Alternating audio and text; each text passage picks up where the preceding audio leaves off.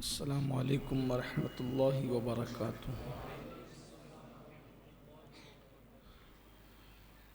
الحمد للہ رب العالمین والعاقبۃ للمتقین والصلاة والسلام علی سید الانبیاء والمرسلین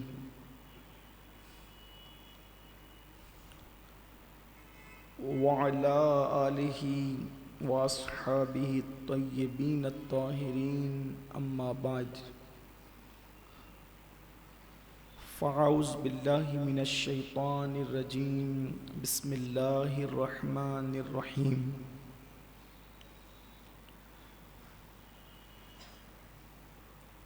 یا ایہا الذین آمنوا اتقوا اللہ وَكُونُوا مَعَ الصَّادِقِينَ صدق اللہ العظیم۔ غوث اعظم بمن بے سر و ساما مدد قبلہ دین مدد کعبہ ایمان مدد انتظار کرم تست من عینی را اے خدا جو خدا بین و خدا دا مدد بگردہ بے بلا افتاد کشتی ضعیفان و شکستہ را تو پشتی بحق کے خواجہ عثمان ہارون مدد کن یا معین الدین چشتی مدد کن یا معین الدین چشتی مدد کن یا معین الدین چشتی۔ الصلاۃ والسلام علیک یا رسول اللہ، الصلاۃ والسلام علیک یا نبی اللہ، الصلاۃ والسلام علیک یا حبیب اللہ وعلی آلک و اصحابک یا نور اللہ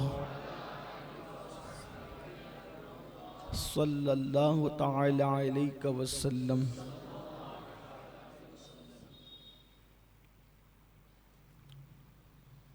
کل کا جو دن گزرا 22 جمادی الاولیٰ، وہ سلسلہ رفاعیہ کے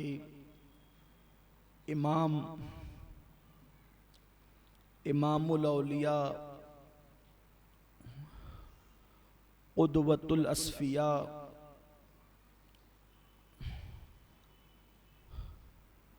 قطب الاقطاب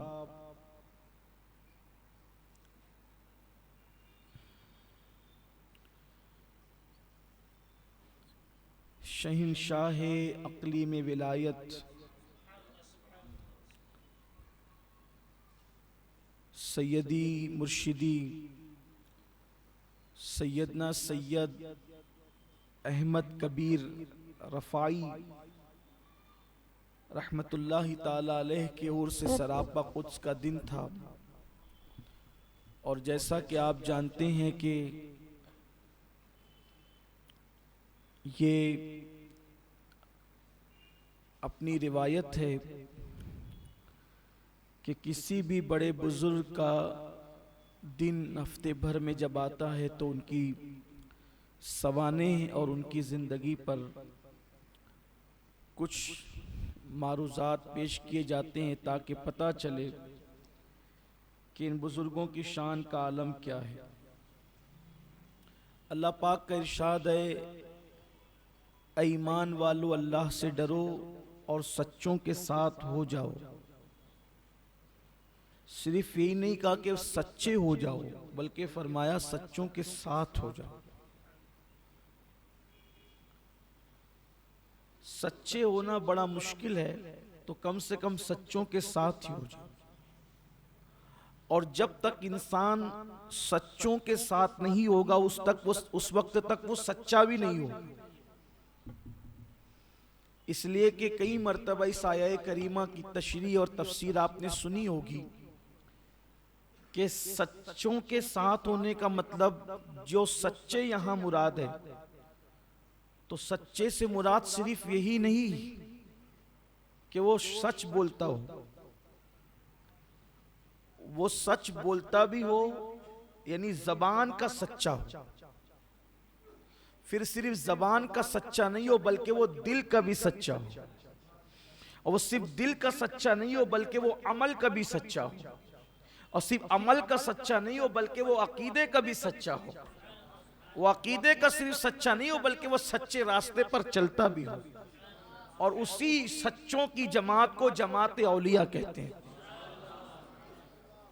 یعنی جب تک کہ ان کے ساتھ نہیں ہو جاتے اس وقت تک کہ آپ سچے نہیں ہو جاتے، اس لیے کہ کبھی کبھی سچ بول دینا یہ سچے ہونے کی علامت نہیں ہے، بلکہ سچے وہ لوگ ہیں جو کبھی جھوٹ ہی نہیں بولتے، بہت دور بھاگتے ہیں جھوٹ سے، اور سچا بننا آسان نہیں تو کم سے کم سچوں کے ساتھ ہو جائے، اور بڑی شان ہے سچوں کے ساتھ ہونے کی۔ بلکہ حضرت جلال الدین عارف رومی بہت بڑی ہستی، سیدنا مولائے روم جنہیں عارف رومی کہتے، بہت بڑی ہستی، آئندہ ہفتے 5 جمادی الاخری کو ان کا عرس بھی آ رہا ہے۔ عشق کی منزل پر وہ بلندی پائی ہے آپ نے کہ اوروں کا نصیبہ نہیں۔ آپ فرماتے ہیں یک ساعت صحبت با اولیاء بہتر از 100 سالہ طاعت بیریا، کہ اگر کسی سچے کی ولی کی صحبت میں 1 ساعت بیٹھنے کا موقع میسر آ جائے تو وہ 100 سال کی بیریا عبادت سے بہتر ہے۔ اسی لیے جب ہم کسی بھی ولی کے آستانے پر بیٹھتے ہیں تو اپنے آپ کو بہت خوش نصیب سمجھتے ہیں، بلکہ اس تصور سے ہم جاتے ہیں کہ اب جنت کے اور ہمارے درمیان چند ہاتھ کے سوا کوئی فاصلہ ہی نہیں رہ گیا، کیونکہ مومن کی قبر جنت کے باغوں میں سے ایک باغ ہے۔ بڑی فضیلت ہے سچوں کی، لوگوں کو نہیں پتہ اس کی اہمیت۔ تو فرمایا کہ سچوں کے ساتھ ہو جاؤ۔ اسی سچوں کی جماعت میں ایک بہت بڑا نام ہے حضرت سیدنا امام احمد الکبیر رفاعی رحمت اللہ تعالی علیہ کا، سلسلہ رفاعیہ کے امام ہیں۔ ان کا نام احمد ابن علی ابن یحییٰ ابن حازم ابن علی ابن رفاع، اسی بنیاد پر یہ اپنے جد کریم کے رفاع کی بنیاد پر رفاعی کہلائے، اور پھر دنیا نے آپ کے اسی نسبت کی وجہ سے آپ کے سلسلے میں مرید ہونے والوں کو رفاعی کہا۔ یہ سید الشہداء، مظلوم کربلا، امام الائمہ سیدنا امام حسین رضی اللہ تعالیٰ عنہ کی اولاد میں سے ہیں۔ اور جیسا کہ آپ بار بار سنتے رہتے ہیں کہ جتنے بھی بڑے ولی ہیں یا تو حسنی ہے یا تو حسینی ہے، اور اکثر تو حسنی حسینی نجیب الطرفین ہے، یعنی قدرت نے چن لیا ہے خاندان نبوت کو اچھے اچھے لوگوں کی پیدائش کے لیے، اور کیوں نہ ہو، وہ خاندان اتنا اچھا ہے کہ اسی خاندان کے لیے اور صرف اسی خاندان کے لیے اللہ نے آیہ تطہیر نازل فرمائی ہے، پورے خاندان کے لیے آیہ تطہیر نازل فرمائی ہے، اور اللہ تبارک و تعالیٰ نے ان کو پاک کر لیا۔ تو امام حسین رضی اللہ تعالیٰ عنہ کی آل پاک میں سے ہیں، اور یہ بھی نجیب الطرفین سید، والدہ حسنی ہے اور والد حسینی، یہاں بھی وہ سلسلہ ہے۔ ان کے ماموں بہت بڑے ولی تھے عراق کے، ان کے ماموں بہت بڑے بزرگ تھے، بہت بڑے ولی تھے عراق کے، ان کا نام تھا سید منصور بطاحی رحمت اللہ تعالی علیہ۔ عراق کے بڑے اولیاء میں آپ کا اور یہ غوث پاک کے معاصرین میں سے ہم عصر ہیں حضرت سید منصور بطاحی رحمت اللہ تعالی علیہ، اور یہ ماموں ہوتے ہیں سیدنا حضرت امام احمد کبیر رفاعی رحمت اللہ علیہ کے۔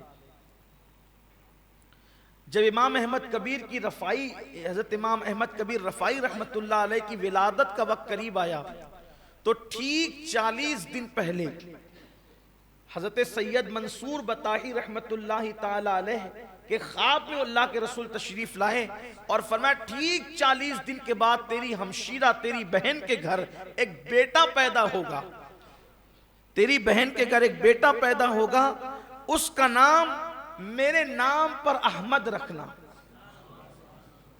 حضور علیہ السلام فرماتے ہیں میرے نام پر اس کا نام احمد رکھنا، اس لیے کہ اولیاء اللہ میں اللہ اس کو بہت بلند مقام عطا فرمائے گا اور اس کو بہت بلندی عطا فرمائے گا۔ ایک زمانہ اس کے ہاتھ پر توبہ کرے گا، ایک زمانہ اس کے ہاتھ سے فیض پائے گا۔ حضرت سید منصور رحمت اللہ تعالی علیہ جب اس بشارت کو سنتے ہیں تو اس بشارت کو سننے کے بعد آپ جو ہے اس کو یاد رکھتے ہیں، اور اس کے بعد ٹھیک 40 دن کے بعد جب آپ کی ولادت ہوتی ہے تو حضور اکرم صلی اللہ علیہ وآلہ وسلم کے فرمان کے مطابق جو ہے ان کا نام احمد رکھا جاتا ہے۔ اور اللہ کے رسول صلی اللہ علیہ وآلہ وسلم نے صرف نام کی بشارت نہیں دی، فرمایا کہ جب وہ شعور کو پہنچے، سوجھ بوجھ حاصل کر لے، چلنے پھرنے لگے، سمجھ حاصل کر لے، تو اس وقت یہ استاد یہ استاد یہ استاد ان اساتذہ کے پاس اس کو بھیجنا تاکہ وہ وہاں جا کر کے تعلیم حاصل کرے۔ یعنی نام بھی عطا فرمایا اور اساتذہ کو منتخب بھی فرما دیا اللہ کے رسول صلی اللہ علیہ وآلہ وسلم نے۔ کیا غیب دانی ہے! 40 دن کے بعد کون پیدا ہوگا وہ بھی بتایا، پھر اس کے بعد روئے زمین پر کون علماء ہیں اور ان علماء میں کون اس لائق ہے کہ احمد کبیر کا استاد بنے، احمد الکبیر کا استاد، احمد الکبیر کا استاد بنے۔ تو آپ نے نشاندہی بھی فرما دی۔ حضرت سیدی احمد کبیر کی ولادت سے پہلے اور بھی بے شمار بزرگوں نے آپ کی ولادت کی بشارت دی۔ ایک بزرگ ہے حضرت سیدی ابو الوفا محمد ابن محمد کاکیس رحمت اللہ تعالی علیہ، چونکہ آپ کی ولادت سیدی احمد کبیر کی ولادت ام عبیدہ میں ہوئی۔ ام عبیدہ یہ عراق کا ایک علاقہ ہے، تو وہاں پر ہوئی۔ تو حضرت شیخ ابو الوفا جب ام عبیدہ سے گزرنے لگے اس شہر سے، اس علاقے سے، عراق کے اس شہر سے، تو آپ رک گئے اور رک کر کے فرمایا السلام علیکہ یا احمد، السلام علیکہ۔ شیخ ابو الوفا کہتے ہیں السلام علیکہ یا احمد۔ تو مریدین نے کہا حضور اس بستی کے اندر کوئی احمد نام کا آدمی نہیں رہتا، آپ نے کس کو سلام کیا؟ کہا جانتا ہوں نہیں رہتا، لیکن کچھ دنوں کے بعد پیدا ہوگا، میں ابھی سے اس کو سلام کر رہا ہوں، اور وہ اپنے وقت کے بڑے عظیم اولیاء میں سے ہوگا۔ فرمایا اور ابھی وہ پیدا نہیں ہوا لیکن اس وقت وہ ماں کے پیٹ میں موجود ہے، اس لیے میں اس کو سلام کر رہا ہوں، اللہ کے برگزیدہ بندے اور اللہ کے بڑے اولیاء کرام کے ساتھ۔ اور ایسا ولی ہوگا کہ بڑے بڑے عبادت گزار اس کے سامنے عاجزی کرتے ہوئے نظر آئیں گے۔ یہ سیدی امام احمد الکبیر رفائی رحمت اللہ تعالی علیہ کی شان ہے۔ آپ بڑے عظیم بزرگ گزرے ہیں، علوم ظاہر و باطن کی آپ نے تکمیل کی، صرف 7 سال کی عمر میں آپ نے قرآن مقدس کو حفظ کیا۔ 20 سال کی عمر پہنچنے تک آپ نے ظاہری اور باطنی علوم جو ہے وہ حاصل کیے، اور اس کے بعد آپ کے ماموں سید منصور رحمت اللہ علیہ کے جانشین ہوئے، اور انہی کے خلیفہ بھی ہوئے، جانشین بھی ہوئے۔ جانشینی کا اور خلافت کا کبھی کبھی اختلاف اور جھگڑا ہوتا ہی رہا ہے، یہ بہت پرانی رسم ہے، اور اس میں ہمیشہ سے اختلافات رونما ہوتے رہے۔ سیدی شیخ منصور رحمت اللہ تعالی علیہ آپ یہ چاہتے تھے کہ اپنے بھانجے سید احمد کبیر رفائی رحمت اللہ علیہ کو اپنا خلیفہ اور جانشین منتخب کریں، لیکن آپ کی اہلیہ یہ چاہتی تھی کہ نئی بھانجے کی بجائے ہمارا بیٹا اس کا زیادہ حقدار۔ تو شیخ منصور کی تمنا تھی ماموں کی کہ بھانجا خلیفہ اور جانشین بنے، اور ممانی کی یعنی کہ شیخ کی بیوی کی تمنا یہ تھی کہ بھئی بھانجا کیوں بنے، ہمارا بیٹا بنے جانشین اور خلافت اس کو ملے۔ بہت زور دیا بیوی نے، تو بالآخر حضرت شیخ منصور نے فرمایا کہ ٹھیک فیصلہ کر لیتے ہیں۔ دونوں سے کہا، سیدی احمد کبیر سے بھی کہا اور اپنے بیٹے سے بھی کہا کہ تم دونوں جاؤ اور کھجور کے درختوں کے پتے لے آؤ۔ اب کھجور کے درختوں کے پتے لانا عراق میں کون سی بڑی بات تھی، بلکہ وہ تو زمین ہی کھجوروں کی زمین ہے۔ جیسے کہ اگر یہاں کسی کو کہہ دیا جائے کہ بھئی نیم کے پتے لے آؤ، جانشینی کے لیے بس اتنی سی شرط ہو کہ نیم کے پتے لے آؤ، تو نیم کے پتے کہاں نہیں ملنا ہے۔ آپ 4 پتے کہیں، کوئی 400 اٹھا کر کے لائے گا، کہ ہر محلے میں تو نیم کا درخت موجود ہے۔ اور جیسے اپنے یہاں نیم لگا ہوتا ہے، جیسے اپنے یہاں کلی کا درخت ہوتا ہے، جیسے اپنے یہاں جامون کے درخت ہیں، ویسے وہاں پر کھجوروں کے درختوں کی کثرت اور بہتات۔ آسان لگا لوگوں کو بھی کہ کتنی چھوٹی سی شرط ہے کہ کھجور کے درخت کے پتے لاؤ۔ تھوڑی دیر میں شیخ منصور کا بیٹا بہت سارے درخت کے پتے، کھجور کے درخت کے پتے لے کر آ کے حاضر ہوئے۔ سیدی احمد کبیر رفائی رحمت اللہ تعالی علیہ دیر تک نہ آئے، اور بہت دیر کے بعد آئے تو خالی ہاتھ آئے۔ دیکھنے والوں کو بھی حیرت تھی، ماموں کی بیوی کو بھی حیرت تھی، ماموں کے بیٹے کو بھی حیرت تھی کہ آخر کھجور کے درخت کے پتے لانا کون سا مشکل تھا، یہ خالی ہاتھ کیوں آیا۔ بیٹے سے کہا بیٹے لے آئے، کہا جی ابا جی لے آیا۔ تو شیخ احمد سے پوچھا کہ بیٹا تم لے آئے؟ کہا سرکار کیسے لاتا، جس درخت کی طرف نظر کرتا اس پتے سے ذکر الہی کی آواز سنتا، جس درخت کی طرف نگاہ کرتا ذکر الہی کی آواز سنتا، تو جو پتا ذاکر خدا ہو اس کو میں درخت سے جدا کیسے کر دوں۔ تب آپ نے بیوی سے فرمایا دیکھو یہ فرق ہے میرے بھانجے میں اور تمہارے بیٹے میں، اس لیے جانشینی کا حقدار یہ ہے۔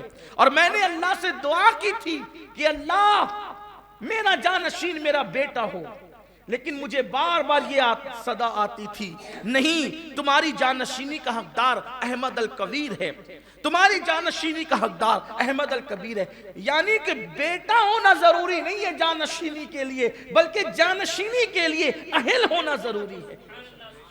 تو حضرت سیدی احمد کبیر رفائی رحمت اللہ تعالی علیہ کو جو ہے وہ پھر جانشین مقرر کر دیا گیا، اور 28 سال کی چھوٹی سی عمر میں آپ کے ماموں جان نے آپ کو خلافت و اجازت عطا کی اور اپنا جانشین مقرر کیا، اور پھر انہی ایام میں اسی سال میں آپ دنیا سے تشریف لے گئے۔ سید احمد الکبیر کے ماموں اور حضرت پھر سید احمد کبیر رفائی رحمت اللہ علیہ اپنے ماموں کی خانقاہ میں ان کے جانشین کی حیثیت سے جو ہے وہ آپ نے مخلوق خدا کی خدمت انجام دی۔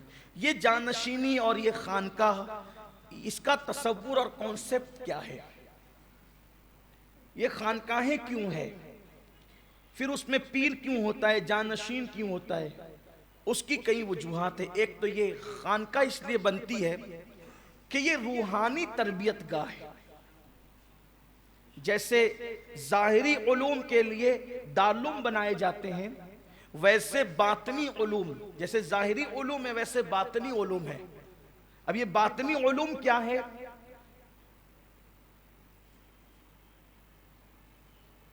اس کی بڑی تفصیل ہے۔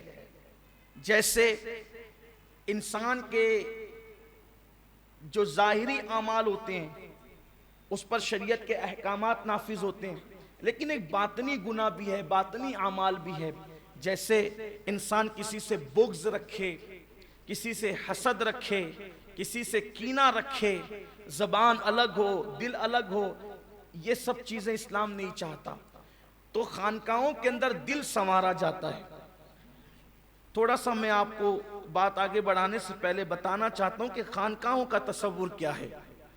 تو خانقاہیں جب تعمیر ہوتی ہے تو اس میں شیخ یہ کرتا ہے، جو پیر ہوتا ہے وہ یہ کرتا ہے کہ انسان کو قدرت نے جو نفس امارہ دیا ہے، اور یہ نفس امارہ انسان کو گناہ کی طرف لے جانے والا ہے، جیسا کہ قرآن کہتا ہے کہ بے شک نفس امارہ تو انسان کو گناہ کی طرف لے جانے والا ہے۔ تو نفس امارہ اللہ نے دیا ہے، اور اسی کے ساتھ اللہ نے ایک نفس اور عطا کیا ہے، اس کو نفس لوامہ کہتے ہیں، ملامت کرنے والا نفس۔ یعنی کہ ایک ہے نفس، ایک ہے دل، اسی نفس لوامہ کو دل بھی کہتے ہیں۔ تو اب یہ دو طاقتیں پیدائشی طور پر انسان کے ساتھ ہے۔ تو جب نفس امارہ گناہ کی طرف لے جانا چاہتا ہے اور نفس لوامہ کہتا ہے رک، مت جا گناہ کی طرف، اگر آدمی نہیں جاتا ہے تو نفس لوامہ کے اندر ایک انرجی آ جاتی ہے، طاقت آ جاتی ہے، قوت آ جاتی ہے، اور امارہ کمزور ہو جاتا ہے۔ پھر اس کے بعد کل وہ بہت زور سے کہہ رہا تھا گناہ کے لیے، آج تھوڑی دھیرے سے کہتا ہے گناہ کے لیے، لیکن اب بھی وہ نہیں مانتا، پھر وہ اور مضبوط ہوتا ہے نفس لوامہ، پھر اور مضبوط ہوتا ہے، پھر اور مضبوط ہوتا ہے، اس طرح سے نفس امارہ ختم ہو جاتا ہے۔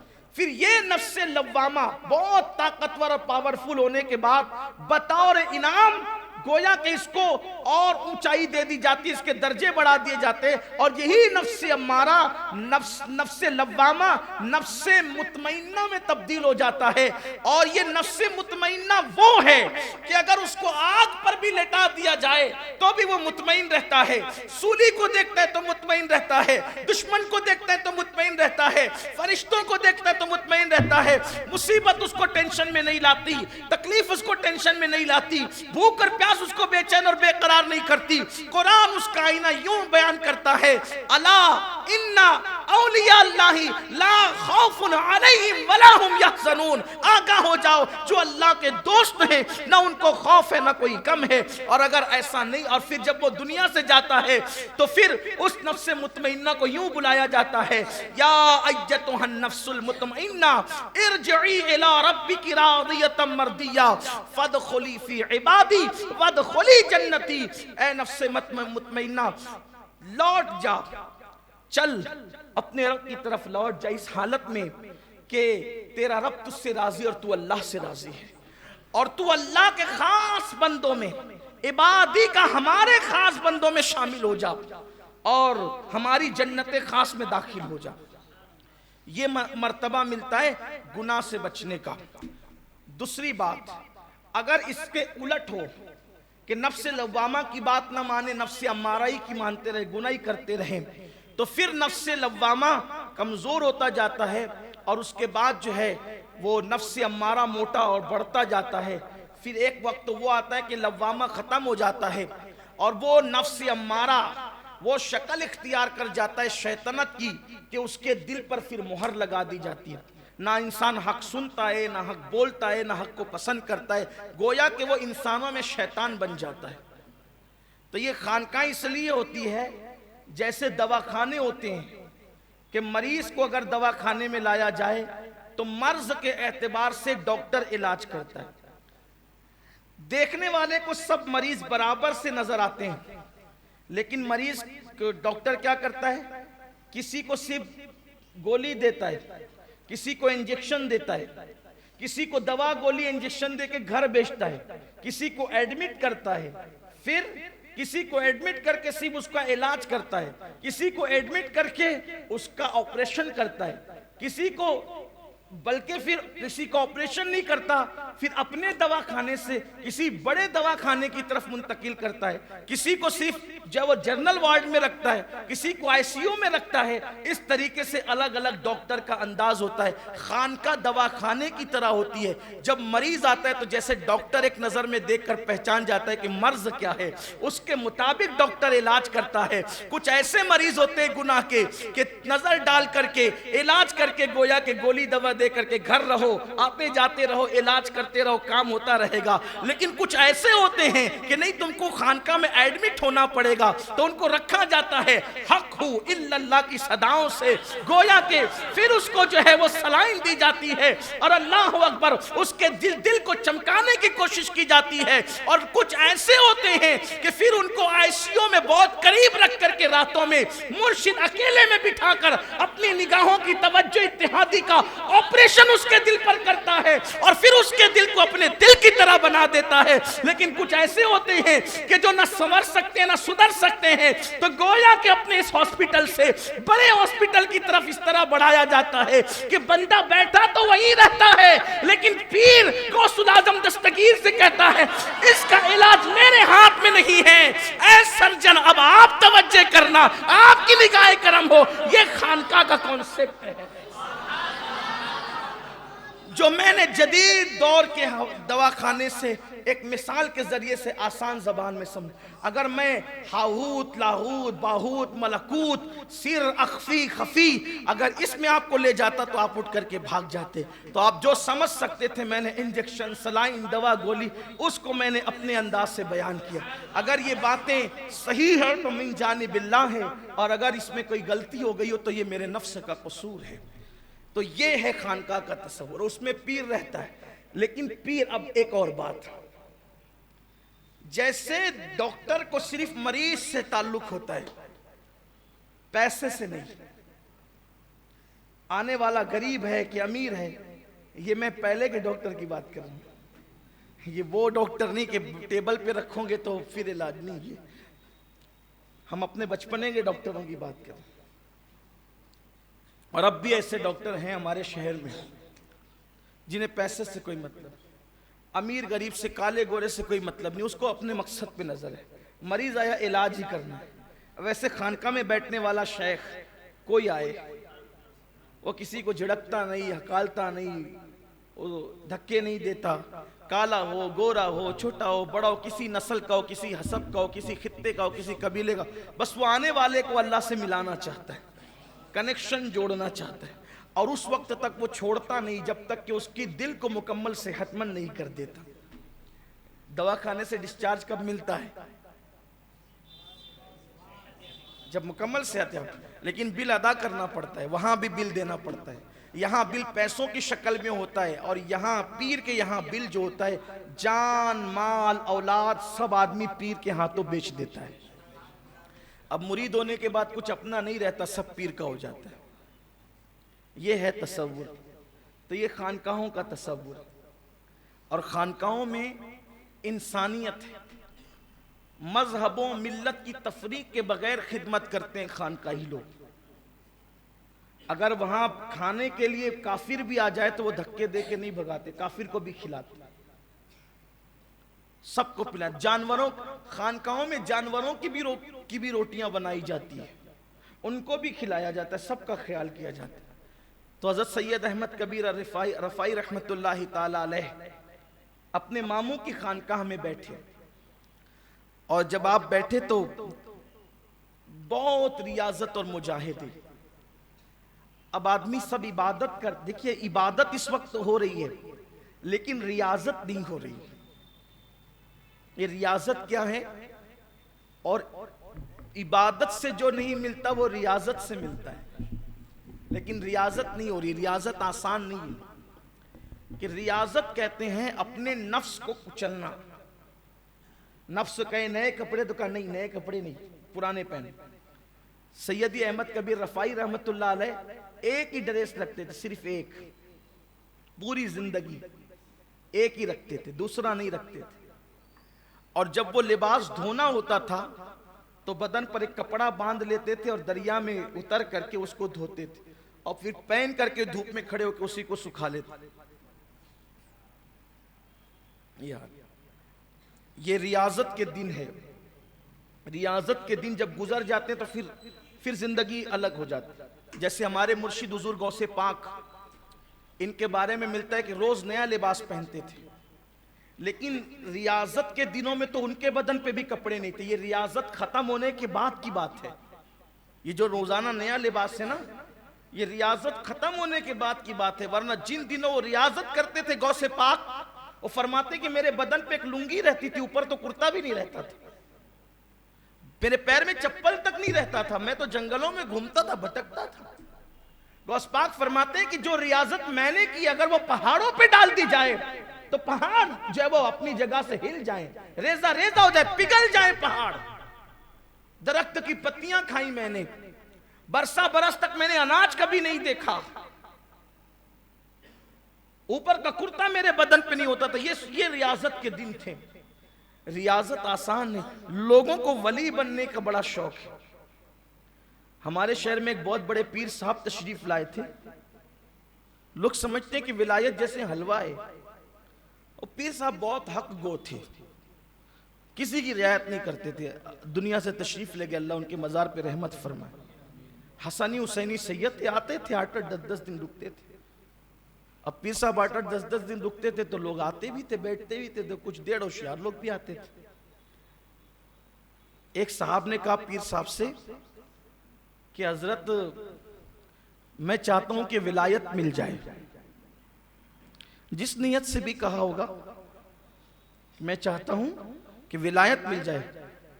انہوں نے اپنی جیب سے 5 روپے نکالے اور نکال کے فرمایا بابو اگر کہیں ملیے تو تم بھی لے لو اور ہمارے لیے بھی لا کر کے دیں.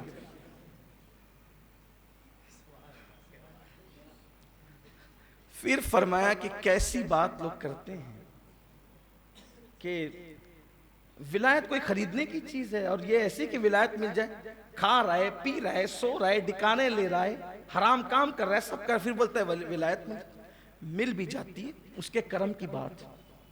لیکن لوگ اس طرح بزرگوں کے پاس آ کر کے بات کرتے ہیں. تو ریاضت بڑی مشقتوں سے گزارا جاتا ہے, تب کہیں جا کر ولایت ملتی ہے. اور کبھی کرم ہو جاتا ہے تو بغیر مانگے بھی مل جاتی ہے, ایک نیکی پر بھی مل جاتی ہے. لیکن یہ اکثر ایسا نہیں ہوتا. تو ایک ہی قمیص اپنے پاس رکھتے تھے اور اسی میں, اور ہر 3 دن کے بعد کبھی 1 لقمہ کھایا, کبھی آدھا لقمہ کھایا. مقام ولایت میں 3 چیزیں بہت کلیدی رول رکھتی ہے, بہت بنیادی رول رکھتی ہے. مقام ولایت میں کم سونا, کم کھانا اور کم بولنا. یہ پہلا زینہ ہے, پہلی منزل ہے. اور ہم سے یہی نہیں ہوتا.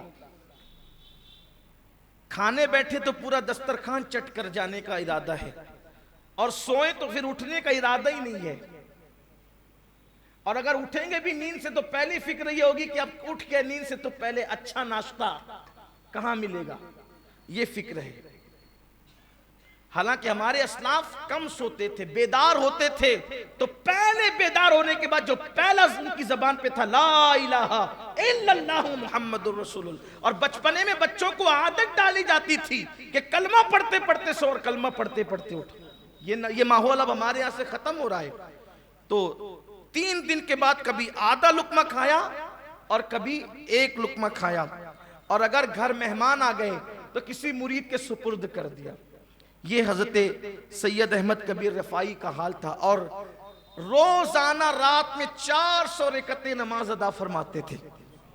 سید احمد کبیر رفاعی 400 رکعت روزانہ نماز ادا کرتے تھے, اور اس میں 1000 مرتبہ قل اللہ شریف کی تلاوت فرماتے تھے. اور اسی طریقے سے 1000 مرتبہ استغفار بھی پڑھتے تھے, اور اسی طریقے سے درود شریف کا بھی معمول تھا. لیکن مخلوق خدا پر جب تک بندہ شفقت نہ کرے, مہربان نہ ہو, اس وقت تک اس کو اللہ کی بارگاہ میں مرتبے نہیں ملتے. اگر ہم سوچیں نا صرف عبادت کی بنیاد پہ اللہ کا قرب ملے, عبادت کی بنیاد پہ اللہ کی نزدیکی ملے, نہیں. فرمایا گیا جو مخلوق کا خادم نہیں وہ اللہ کا قرب کبھی نہیں پا سکتا. جو مخلوق سے محبت نہ کرے وہ خالق کی محبت میں کبھی کامیاب نہیں ہو سکتا. ہم عبادتیں تو کر رہے ہیں لیکن مخلوق سے وہ محبت ہمارے دل میں نہیں, وہ محبت ہمارے دل میں نہیں. نفرتوں کا عالم ہے. اگر ہمیں کوئی کچھ کہہ دے تو ہمارا حال یہ ہے معاذ اللہ ہم اس سے لڑنے لگتے ہیں. کوئی نصیحت کر دے تو ہم اس کے لیے دل میں کینہ رکھتے ہیں. لیکن اللہ والوں کی شان دیکھیے, اللہ والوں کا حال دیکھیے کہ ایک مرتبہ بچے لڑ رہے ہیں, چھوٹے چھوٹے بچے لڑ رہے ہیں. سیدی احمد کبیر رفاعی رحمت اللہ تعالیٰ علیہ بچوں کے قریب سے گزرے, لڑتا دیکھا, کہا بچوں مت لڑو. آپ کی بات سن کے بچوں نے لڑنا چھوڑ دیا.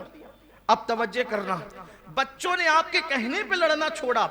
تو ایک لڑکے کو آپ نے دیکھ کر کے پوچھا بیٹے تیرا نام کیا ہے؟ تو کہا میرا نام جاننا یہ آپ کے لیے فضول کام ہے, آپ فضول کام کیوں کرتے ہیں؟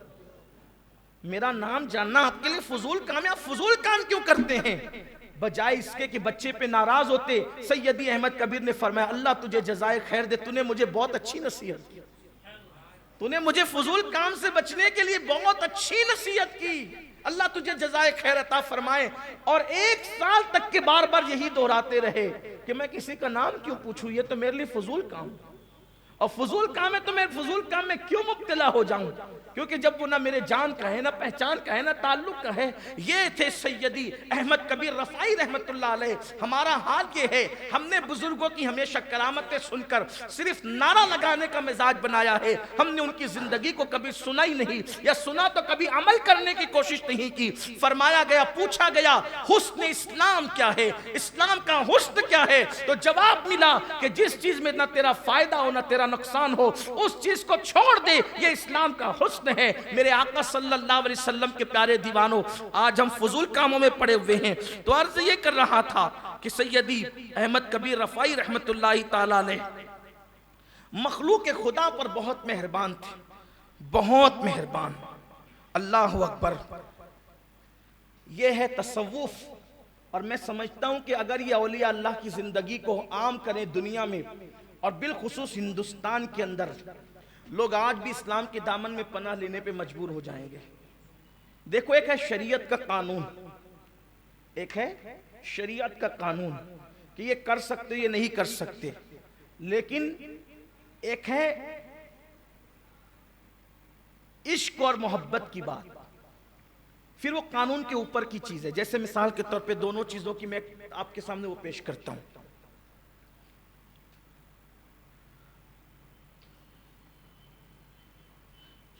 شریعت کہتی ہے کہ اگر کوئی تمہاری گردن پہ تلوار رکھ کے کھڑا ہو جائے اور بولے کہ بول کلمہ کفریہ، کفریہ کلمات بول، شریعت کہتی ہے کہ اجازت ہے جان بچانے کے لیے، اگر دل ایمان پہ مطمئن ہے تو بول سکتا ہے، مگر عشق کہتا ہے نہیں، مر جا لیکن نہ بول۔ ٹھیک، یہ ہے، سمجھ گئے آپ اس کو؟ اب آئیے دیکھیے، یہ جو صوفیہ نا، صوفیہ یہ تو شریعت کے پابند ہوتے ہی ہیں، لیکن ساتھ ساتھ یہ عشق کو اپنا امام بناتا ہے۔ جو شریعت کو چھوڑ دے وہ تو صوفی ہو ہی نہیں سکتا، جو شریعت کو چھوڑ دے وہ تو صوفی ہو ہی نہیں سکتا۔ صوفی وہ ہوتا ہے جو شریعت پر عمل کرے اور پھر اس کے بعد وہ عشق کی منزل کی طرف بھی فائز ہو۔ جیسے شریعت کہتی ہے احناف کے مطابق مغرب کی 3 فرض پڑھو اور 2 سنت پڑھو، نفل پڑھو یا نہ پڑھو، لیکن عشق کہتا ہے نفل بھی پڑھ، اور صرف وہ 2 نفل نہ پڑھ بلکہ پھر اوابین بھی پڑھ۔ یہ ہے شریعت کی طرف سے اجازت ہے، نماز ہو جائے تو مسجد سے نکل جاؤ، عشق کہتا ہے یار کا گھر نہ چھوڑو۔ تو شریعت تو مسجد میں بلا رہی ہے، نماز کی اجازت اور حکم دے رہی ہے، اب کوئی ایسا صوفی ہو کہ وہ مسجد ہی میں نہ آئے؟ ارے کم سے کم مسلمان ہونے کے لیے اتنا تو تیرے لیے ضروری ہے کہ تو مسجد میں آئے، اور صوفی بننے کے لیے اس سے بڑی منزل ہے کہ عشق پر بھی تیرا عمل ہو۔ خواب دکھایا جاتا ہے کہ اللہ کی راہ میں بیٹے ہی گردن پہ چھری رکھ دی تو رکھ دی،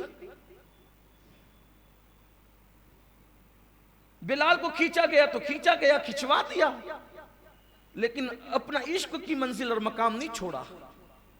یہاں تو دنیا میں پتہ نہیں کتنے کیسا ماحول چل پڑا ہے۔ آج تو اپنے شہر میں جس کو دیکھو وہ طریقت کا لمبردار بنا ہوا ہے،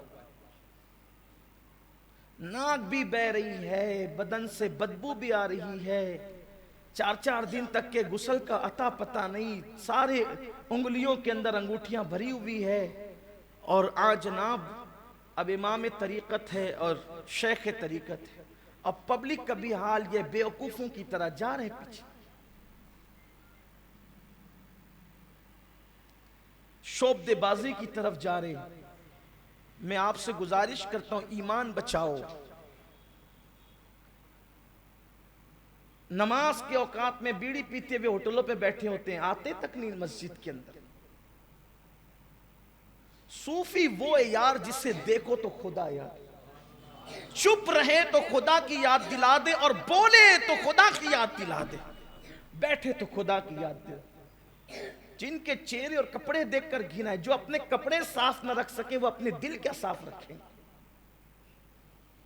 کیا دین کو سنیت کو کہاں لے کر چلے لوگ۔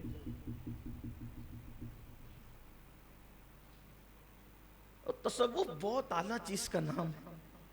کسی نے کہا تھا، اور بہت خوبصورت بات، کسی نے کیا، میرے امام اہل سنت نے فرمایا کہ شریعت زینے کا نام ہے، اور طریقت بالائے بام یعنی ٹیرس پہ کھڑے رہ کر یار کا مشاہدہ کرنے کا نام۔ جو زینے پر ہی نہیں آیا وہ ٹیرس پر کیا جائے؟ لیکن آج سب کھیل تماشا بن گیا ہے، پیری مریدی بھی دھندا کھیل تماشا ہو گیا اللہ ماشا۔ ہمارے شہر کا وہی حال ہو پڑا ہے، اور نوجوانوں کا حال یہ ہے کہ ایک ایک آدمی 4 4 6 6 8 8 لوگوں سے مرید ہو رہا ہے، جس پروگرام میں گیا مرید ہو گیا۔ کیا حال ہے؟ یہ کوئی مارکیٹ ہے کہ ہر دکان کے خریدا، یک گیر محکم بگیر۔ پہلے ہی جلدی نہ کرو مرید ہونے میں، ادھر ہوئے پھر ادھر ہوئے پھر ادھر ہوئے پھر ادھر ہوئے۔ 2 کشتی کے سوار کا انجام کیا ہے؟ 2 کشتی کے سوار کا انجام کیا؟ ارے پیر سے عقیدت، پہلی بات تو پیر ڈھونڈو تاخیر سے، ڈھونڈو، دیکھو ایک ہی کسوٹی، شریعت کا کتنا پابند ہے، کتنا بے غرض ہے، کتنا قناعت پسند، کتنا اللہ والا ہے۔ محفل میں اس کی بیٹھو، دیکھو، سب کرو، پھر ایک بار پکڑ لو دامن، پھر کشتی چھوڑ دو اس کے ہاتھ، ڈور چھوڑ دو۔ حضرت محبوب الہی نے ایک بار حضرت امیر خسرو کو کسی کام سے بھیجا، اور بھی بزرگوں سے واقعہ منسوب ہے، لیکن حضرت امیر خسرو کو کام سے بھیجا، وہ آئے دیر سے آئے۔ کہا خسرو اتنی دیر کیوں بھی؟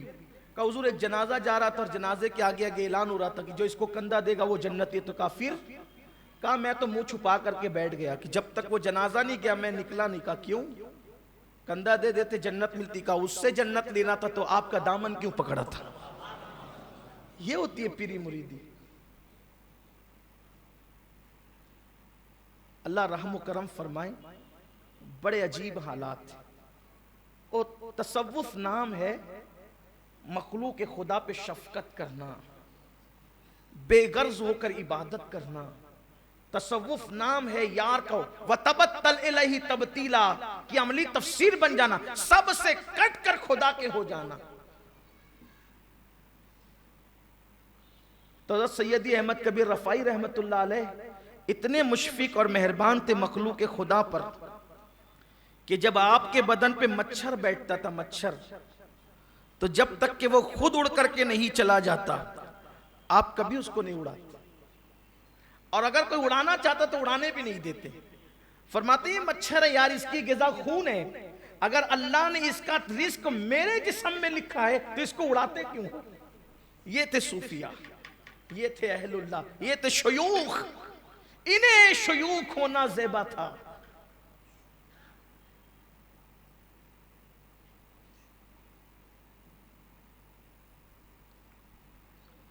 اگر دھوپ میں چل رہے ہو اور دھوپ میں چلتے چلتے جسم کے کسی حصے پر جو سایہ پڑ رہا ہو وہاں اگر کوئی ٹڈی بیٹھ گئی اس کو کبھی اڑانے نہیں دیا، بلکہ عالم یہ تھا کہ ایک مرتبہ آپ نے دیکھا کہ ام عبیدہ کے اندر ایک کتا ہے جس کو کھجلی کی بیماری ہو گئی۔ سید احمد کبیر رفاعی کی بات، کتے کو کھجلی، اور کتے کو کھجلی ہوتی ہے بڑی بھیانک ہوتی، انسان ہی کو کھجلی بڑی بھیانک ہوتی، لیکن انسان کو کھجلی ہو تو اس سے نفرت نہیں کرنا چاہیے۔ حضور علیہ السلام نے انسانوں کی کھجلی کو پسند کیا اور فرمایا جس کو کھجلی کی بیماری ہوگی انشاءاللہ کبھی اس کو جزام کی بیماری نہیں ہوگی۔ یہ کھجلی انسان کو جزام سے بچاتی، لیکن اللہ رحم فرمائے سب کو بچائے، کھجلی سے بھی بڑی بہت دنوں تک رہتی ہے، بہت اذیت ناک بیماری، اس پر اجر بھی ہے، ثواب کی بشارت ہے۔ تو کتے کو کھجلی ہو گئی تو ام عبیدہ والوں نے اس کتے کو باہر کر دیا شہر سے، شہر میں آنے نہیں دیتے تھے. تو سیدی احمد کبیر رفاعی رحمت اللہ علیہ اس کتے کے لیے جہاں وہ کتا رہتا تھا وہاں کھانا لے جاتے تھے، اور اس کتے کو جب کھجلی ہوتی تھی تو کپڑا رکھ کر کے اس کو حرکت دیتے تھے، یعنی اس کھجلی میں اس کی مدد فرماتے تھے، اور اس کے لیے دوا کا انتظام کرتے تھے، اس کو نہلاتے تھے، حتیٰ کہ اللہ تبارک و تعالیٰ نے اس کتے کو تندرستی عطا فرما دی. جب تک وہ کتا تندرست نہیں ہو گیا اس وقت تک برابر اس کی خارش زدہ کتے کی خدمت کرتے رہے سیدی احمد الکبیر رفاعی رحمت اللہ. آپ تھوڑا یہاں سوچئے، غور کیجئے کہ اللہ کے اولیاء کتوں کی بھی بیماری کو نظر انداز نہیں کرتے تھے. یہاں تو اگر سگا بھائی بیمار ہو، بیوی بیمار ہو، ماں باپ بیمار ہو، پڑوسی بیمار ہو، ہم ان کا بھی خیال نہیں کرتے. یہ ہے تصوف، یہ اللہ والوں کی تعلیمات ہے جس کو ہم بھلا بیٹھے، فراموش کر گئے. اور اتنا ہی نہیں بلکہ جو ام عبیدہ میں آپ کے شہر میں جو کوڑی لوگ رہتے تھے، کوڑی سمجھتے ہیں نا، جن کو سفید داغ ہو جائے. آج کل تو معاذ اللہ اگر کسی کو سفید داغ ہو جائے تو لوگ اس کا مذاق اڑاتے، دیکھو یار اس کو سفید داغ ہو گیا، اس کو کوڑ ہو گیا. نہیں، کبھی کسی کی بیماری کا مذاق اڑانے کا ہمیں حق نہیں. کچھ لوگ کہتے ہیں اپنے کیے کا بھر رہا ہے، نہیں کہیں. پتہ نہیں ہماری زندگی میں ہماری تقدیر میں کیا لکھا ہے. آدمی کو بڑی بات کہنا زیبا نہیں دیتا، انسان کو بڑی بات کہنا کبھی کوئی کسی کو کوئی بیماری ہو جائے دعا کرو اللہ اس کو شفا دے، اپنا کام نہیں ہے. اور خدا جانے اس کو عذاب کے طور پہ ہے یا اللہ اس کے درجات بلند کرنا چاہتا ہے. بہت سارے اولیاء اللہ ایسے ہوئے ہیں، توجہ کرنا، بہت سارے ولی ایسے ہوئے ہیں کہ جو عبادت نہ کر سکے اور اللہ نے ان کو ولی بنانا چاہا تو پھر ان کو مرض دے دیا، انہوں نے مرض پہ صبر کیا، صبر کی برکت سے ولی ہو گئے. اسی لیے کسی کو کوئی مرض ہو آپ اور ہم کبھی اس کا مذاق نہ اڑائیں. اور ورنہ یاد رکھیں اگر آپ نے کسی کے مرض کا مذاق اڑایا تو اس پر وعید ہے، جب تک کہ تم اس مرض میں گرفتار نہیں ہو جاتے اس وقت تک تمہیں موت نہیں آئے گی. عورتوں میں یہ بیماری بہت عام ہے، اللہ اس کو یہ ہو گیا اور اس کو وہ ہو گیا، اور پھر کہتی ہے اللہ توبہ، مگر اس نے تو اپنے کیے کا بھر رہی ہے. توبہ کرتے جاتے ہیں اور غیبت کرتے جاتے ہیں، توبہ کرتے جاتے ہیں. یہ کیا ناٹک ہے؟ یہ عورتوں کا اپنا مزاج ہے گناہ کرنے کا، لیکن اب وہ مردوں کے اندر بھی آ رہا ہے.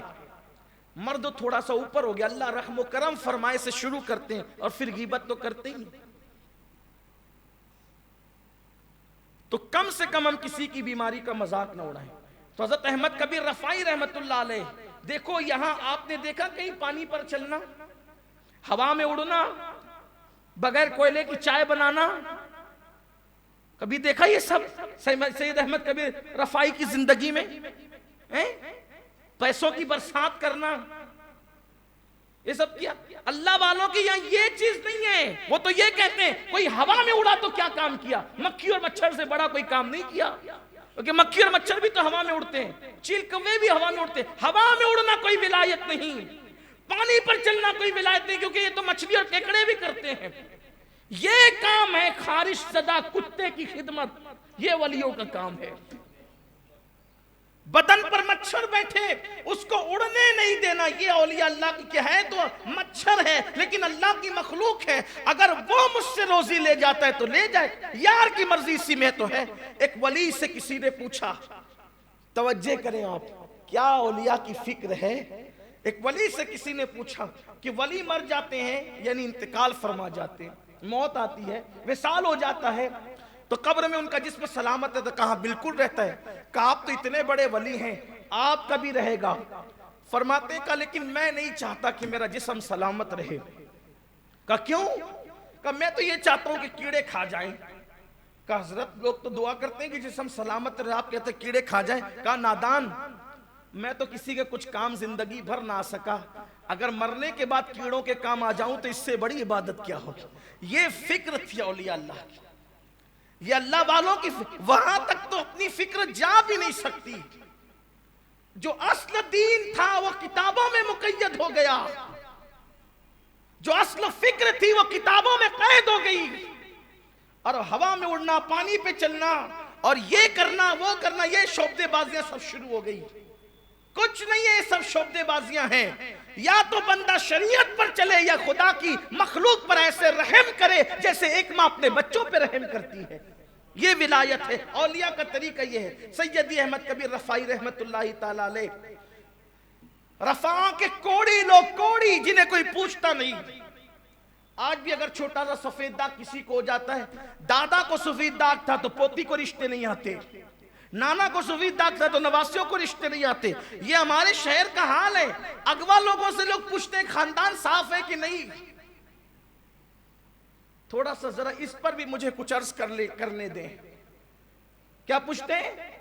خاندان صاف ہے کہ نہیں. یہ خاندان صاف ہے کا مطلب کیا ہے؟ وہ کہا کہ دادی دادا نانا نانی ان کو کوڑ تو نہیں ہے. میں نے کہا اگر شادی ہونے کے بعد ہو جائے گا تو، اور اگر تجھے ہو گیا تو؟ خاندان صاف ضرور دیکھو، لیکن یہ دیکھو کہ اس خاندان کے اندر کوئی زانی تو نہیں ہے. زانیوں کی بیٹیاں لا رہے ہو، گستاخان رسول کی بیٹیاں لا رہے ہو اور کہتے ہو خاندان صاف ہے کہ نہیں. ارے کون سے کون سا خاندان خراب ہوتا ہے؟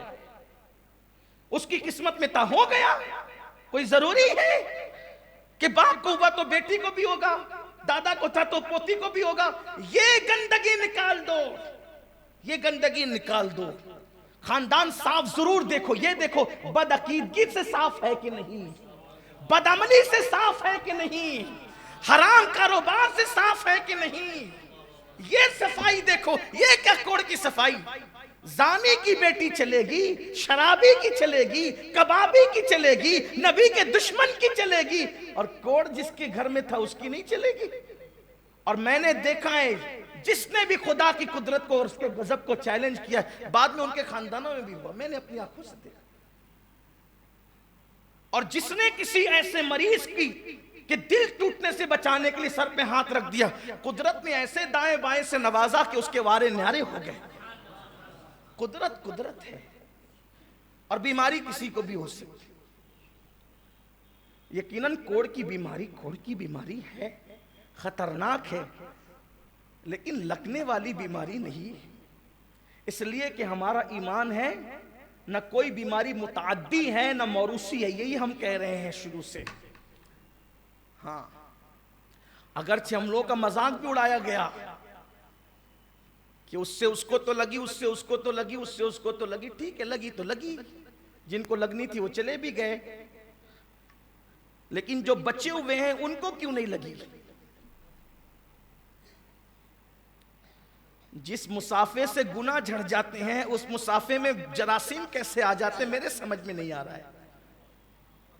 جو مسافہ جراثیم اور گناہ جھاڑ دے، کیا رسول اللہ کا فرمان نہیں کہ جب دو مومن آپس میں ملتے ہیں تو جدا ہونے سے پہلے وہ گناہوں سے پاک کر دیے جاتے ہیں؟ ارے ہاتھوں کا ملنا جب گناہوں کو ختم کرتا ہے تو دلوں کا ملنا کیا کرتا ہوگا؟ لیکن لوگ تو چاہتے ہی نہیں نا کہ نہ ہم ہاتھ ملائے نہ دل ملائے. ملن نہیں چاہتے. یہ ظالم ملن نہیں چاہتے، یہ تو ظلم ہی چاہتے. اور اسلام ملنے کا مذہب ہے. دیکھو ہمارے ملنا ہی ملنا ہے. بچہ پیدا ہو خوشی کے موقع پہ ملو، ختنہ ہو ختنہ کے بہانے ملو، عقیقہ ہو عقیقہ کے بہانے ملو، 5 وقت کی اذان ہو نماز کے بہانے ملو، جمعہ کا دن ہو نماز جمعہ کے بہانے ملو، میت ہو جائے تو بھی بھاگو مت جنازہ کے بہانے ملو، تعزیت کے بہانے ملو. بلکہ میرے آقا صلی اللہ علیہ وسلم فرماتے ہیں اگر کسی کی میت ہو جائے، اگر کوئی بندہ 2 جملے میں اس کی تعزیت کرے کہ اللہ تجھے صبر دے، میت کی مغفرت فرمائے، میرا اللہ اسی تعزیت کی وجہ سے اس بندے کو جنت کا لباس پہنائے گا. یعنی بس اسلام ملانے کا کام کر رہا ہے. ملتے رہو. حیات لے کے چلو، کائنات لے کے چلو، چلو تو سارے زمانے کو ساتھ لے کے. ہمارے یہاں نکاح بھی چوری چپ کے نہیں ہو سکتا. نکاح کے موقع پہ ملو. نماز بھی چوری چپ کے نہیں، افضل العبادات ہے، چوری چپ کے نہیں ہوگی، مسجد میں آ کے پڑھو۔ ابھی جماعت کا ذکر قاری اختر صاحب فرما رہے تھے، 27 درجے بڑھا دی گئی جماعت کا ثواب، آ کے یہاں پہ ملو پڑھو۔ پھر اس کے بعد الگ الگ خاندان کے ہو، الگ الگ خطے کے، الگ الگ قبیلے کے ہو، ایک پیر سے مرید ہو جاؤ تو پیر بھائی کی شکل میں ملو، ایک استاد کے شاگرد ہو تو استاد بھائی کی شکل میں ملو، ملتے ہی رہو۔ اور اس کے بعد قبر میں چلے گئے تو قیامت کے دن ملو، وہ بھی ملنے کا ہی دن ہے۔ پھر قیامت سے ہٹے تو پھر جنت میں ملو، اور ایسے ملو کہ پھر کبھی جدائی نہیں ہو سکتی، ملنا ہی ملنا ہے۔ ہمارا مذہب جدائی کا نہیں، ہمارا مذہب تو ملن کا مذہب، لیکن بڑا نقصان یہ ہوا کہ جو ملن کا مذہب تھا اس کو جدائی کا کر دیا گیا۔ تو حضرت احمد کبیر رفاعی رحمت اللہ علیہ اپائجوں کے پاس جاتے تھے، کوڑیوں کے پاس جاتے تھے، ان کو کھانا کھلاتے تھے اور ان کے ساتھ بیٹھ کے کھانا کھاتے تھے۔ حالانکہ ایسی احادیث بھی ہے کہ کوڑی سے ایسا بھاگ جیسے شیر سے بھاگتا ہے، اس کی تشریح اور لا عدوہ والی حدیث، اور اس میں ہمارے محدثین نے یہ تطبیق کی ہے کہ دراصل بھاگنے کا حکم ان کو ہے جن کے ایمان کمزور، کہ کہیں ایسا نہ ہو کہ نہ بھاگا اور قسمت میں لکھا تھا ہو گئی تو بولا کہ اس سے ملنے سے ہی ہوئی، تو کہیں جا تو بھاگ، تیرے بھاگنے میں ہی عافیت ہے۔ لیکن جو مضبوط ایمان والے کا بیٹھ، بستر پہ بیٹھ، تیری برکت سے اس کے جراثیم مریں گے، تجھے تکلیف نہیں ہوگی۔ اور ہے اللہ والے، خدا کی قسم ہے اللہ والے ایسے جن کی برکت سے بلائیں جاتی ہیں، ہمارے ہیں ان کو ابدال کہتے ہیں۔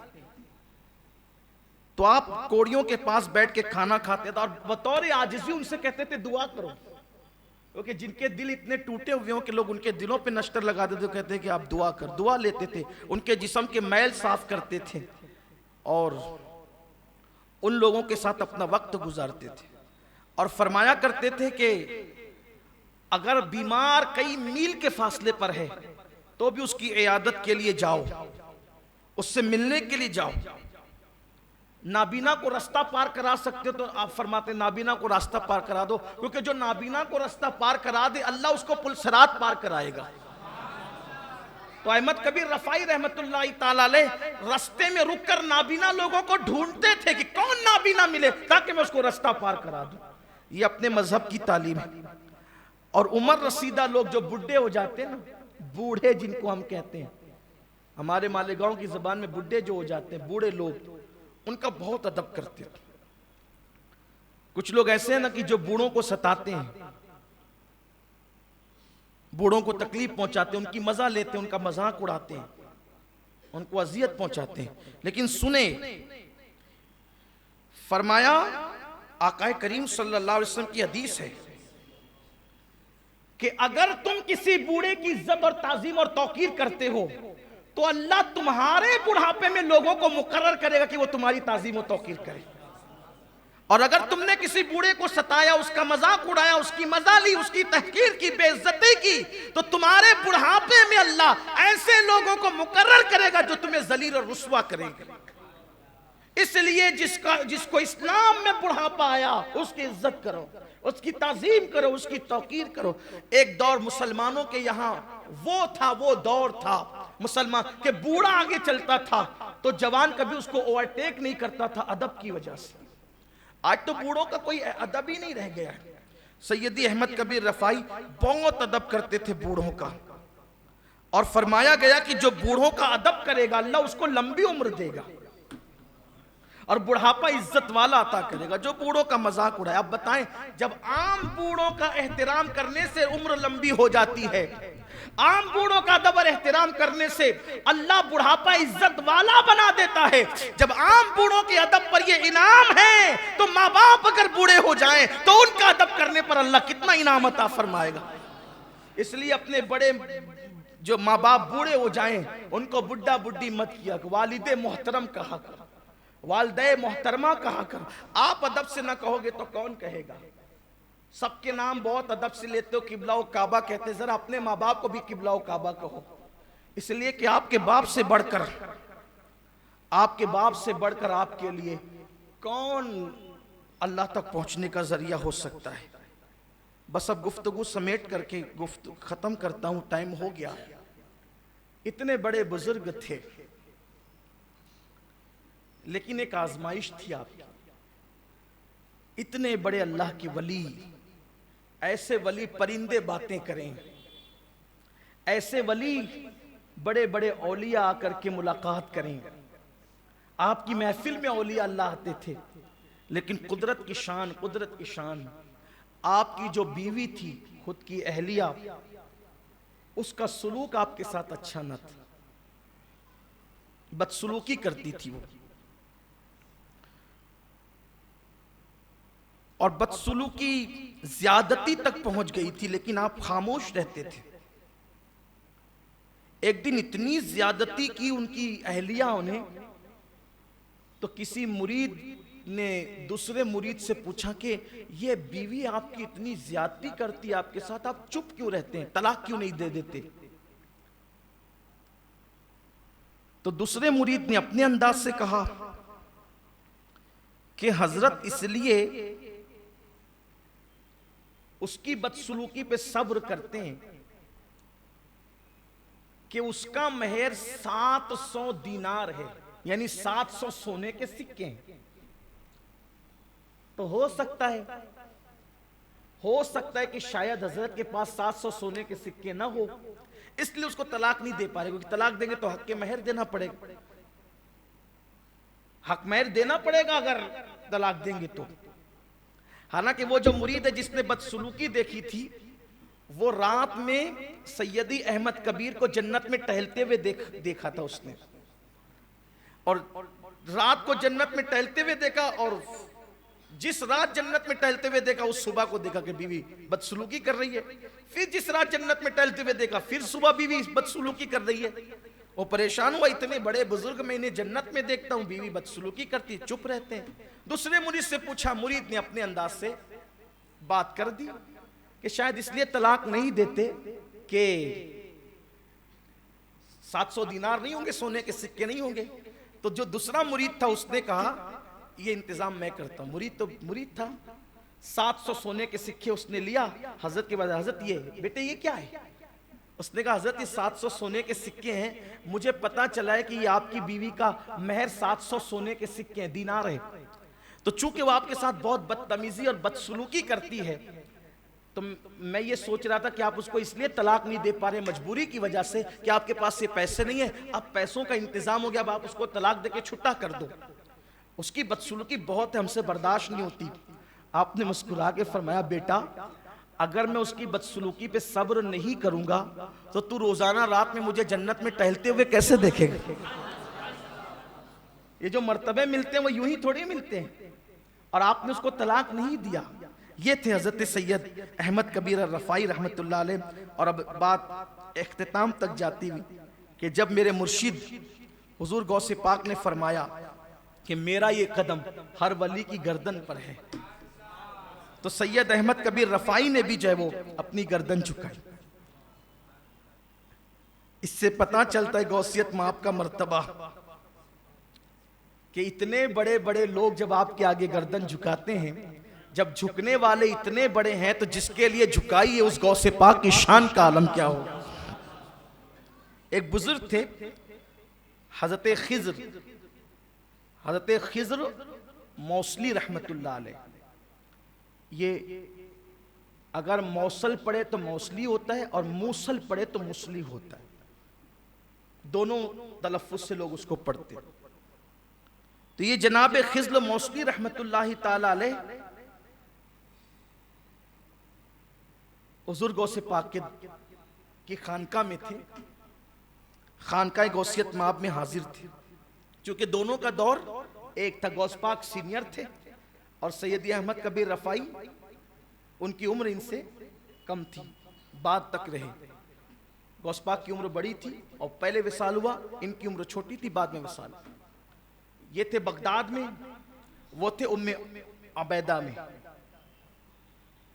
تو خضر موصلی نے کہا، دل میں خیال آیا غوث پاک کی محفل میں توجہ کرنا، دونوں بزرگوں میں کتنا پیار تھا، سید احمد کبیر میں اور ہمارے مرشد غوث پاک میں، دونوں میں کتنا پیار تھا.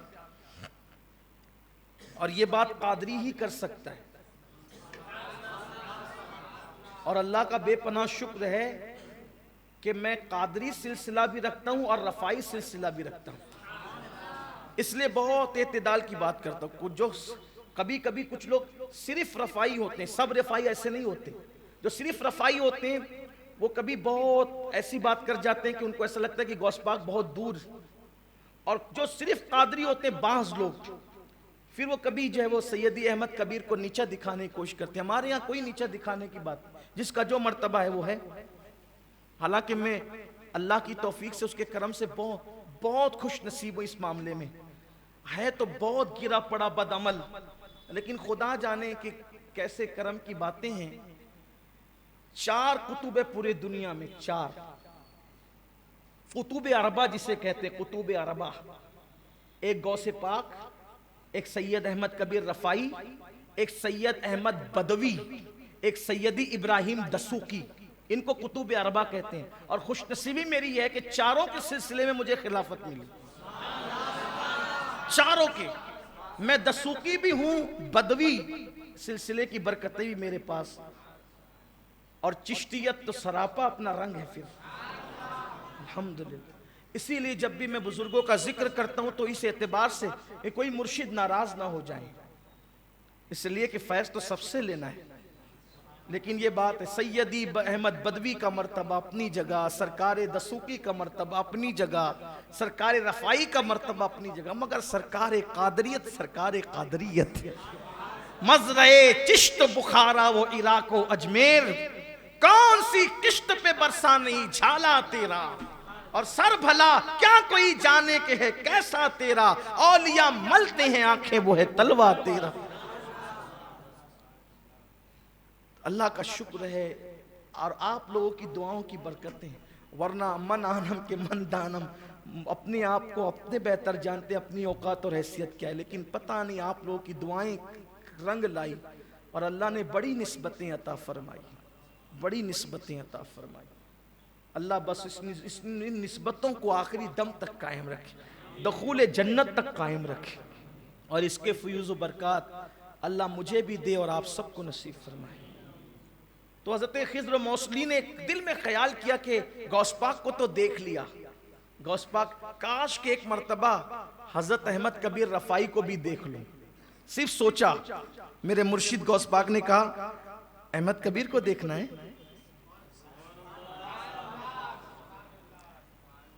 ورنہ احمد کبیر کو دیکھنا ہے؟ تو انہوں نے کہا ہاں، انہیں دیکھنا چاہتا ہوں، ان کی زیارت کرنا چاہتا ہوں. تو غوث پاک نے اپنا ہاتھ ایسے کیا. جب ہاتھ ایسے کیا تو انہوں نے کیا دیکھا کہ غوث پاک کے پہلو میں، بازو میں سیدی احمد کبیر رفاعی بیٹھے ہوئے ہیں، اور احمد کبیر رفاعی بیٹھے ہوئے اور کیا کہتے ہیں، خضر جب تو نے غوث پاک کو دیکھا تھا تو میرے دیکھنے کی ضرورت کیا تھی؟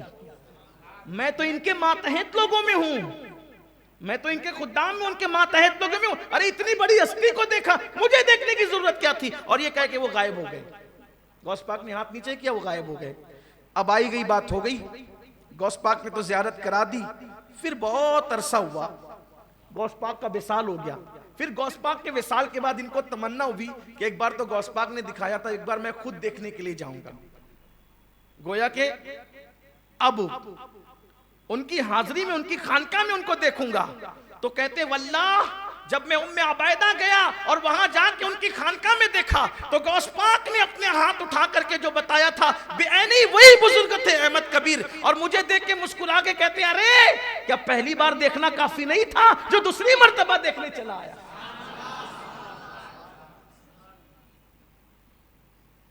یہ سرکار احمد کبیر رفاعی رحمت اللہ علیہ کی ذات ہے.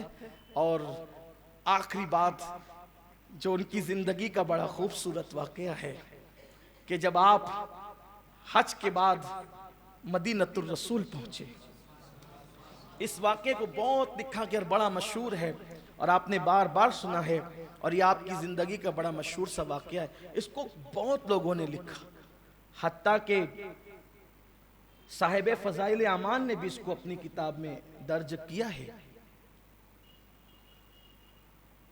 ادھر والوں نے 1857 والوں نے بھی اس کو لکھا ہے اپنی کتاب کی۔ ہم تو لکھتے ہی ہیں، بولتے ہی ہیں، مانتے ہی ہیں،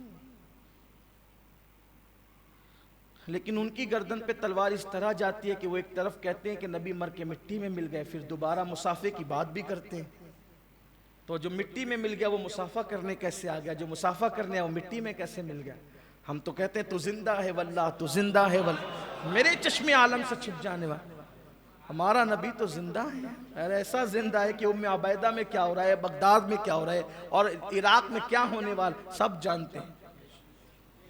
سرے آئینہ سنتے ہیں، پسے دیوار سنتے ہیں، ان کی شان ہی ہے، وہ ہر جگہ دیکھتے ہیں، اللہ نے انہیں وہ آنکھیں دی ہے، وہ کان دی ہیں۔ ارے جب ولی کے کان ایسے ہیں کہ اللہ فرماتا ہے کہ میں ان کے کان بن جاتا ہوں، ان کی آنکھ، جب ولی کے کان اور آنکھ کا یہ حال ہے تو نبی کے کانوں کا حال کیا ہوگا، وہ کان لالے کرامت کا حال کیا ہوگا، وہ نگاہوں کا عالم کیا ہوگا۔ تو سیدی احمد کبیر رفاعی جب حج کے بعد مدینۃ الرسول گئے تو اپنے نانا جان کی بارگاہ میں سلام کیا، السلام علیک یا جدی، تو وہ جواب دیا، وعلیک السلام یا ولدی، اے میرے بیٹے تم پر بھی سلام۔ بہت لوگ سلام کرتے ہیں، جواب تو سب کو ملتا ہے لیکن سنائی کتنے لوگوں کو دیتا ہے؟ یہ ایک بڑے کرم کے ہیں فیصلے، یہ بڑے نصیب کی بات ہے۔ وہ عشق کی منزل بھی چاہیے، وہ قربانیاں بھی چاہیے، وہ مقبولیت بھی چاہیے۔ سلام کیا، جواب آیا، تو کہا نانا جان آج صرف جواب نہیں، جب میں نہیں آتا تھا تو اپنی روح کو بھیجتا تھا، اور میری روح میری نائب بن کر آپ کے حرم کو بوسہ دیتی تھی۔ آج آپ کا احمد آپ سے مصافحہ کرنا چاہتا ہے۔ تو پھر قبر انور سے ہاتھ نکلا اور سیدی احمد کبیر نے مصافحہ کیا اور ہاتھوں کو چومنے کا شرف حاصل کیا۔ یہ ہمارے اولیاء کرام ہیں، اللہ ان کی برکتوں سے مالا مال فرمائے۔ یہ پروگرامات، یہ بیانات اس لیے ہوتے ہیں کہ ہر ولی کی زندگی کے کچھ نہ کچھ گوشیں ہمارے نوجوانوں کو پتہ ہو، اور ہمارا اٹیچمنٹ جو ہے وہ ان سے بڑھتا رہے، ہمارے تعلقات ان سے بڑھتے رہیں۔ انشاءاللہ یہی تعلقات قیامت کے دن کام آئیں گے انشاءاللہ، اور اس کی برکتیں نصیب ہوگی۔ اللہ تعالی ہم سب کو توفیق عطا فرمائیں۔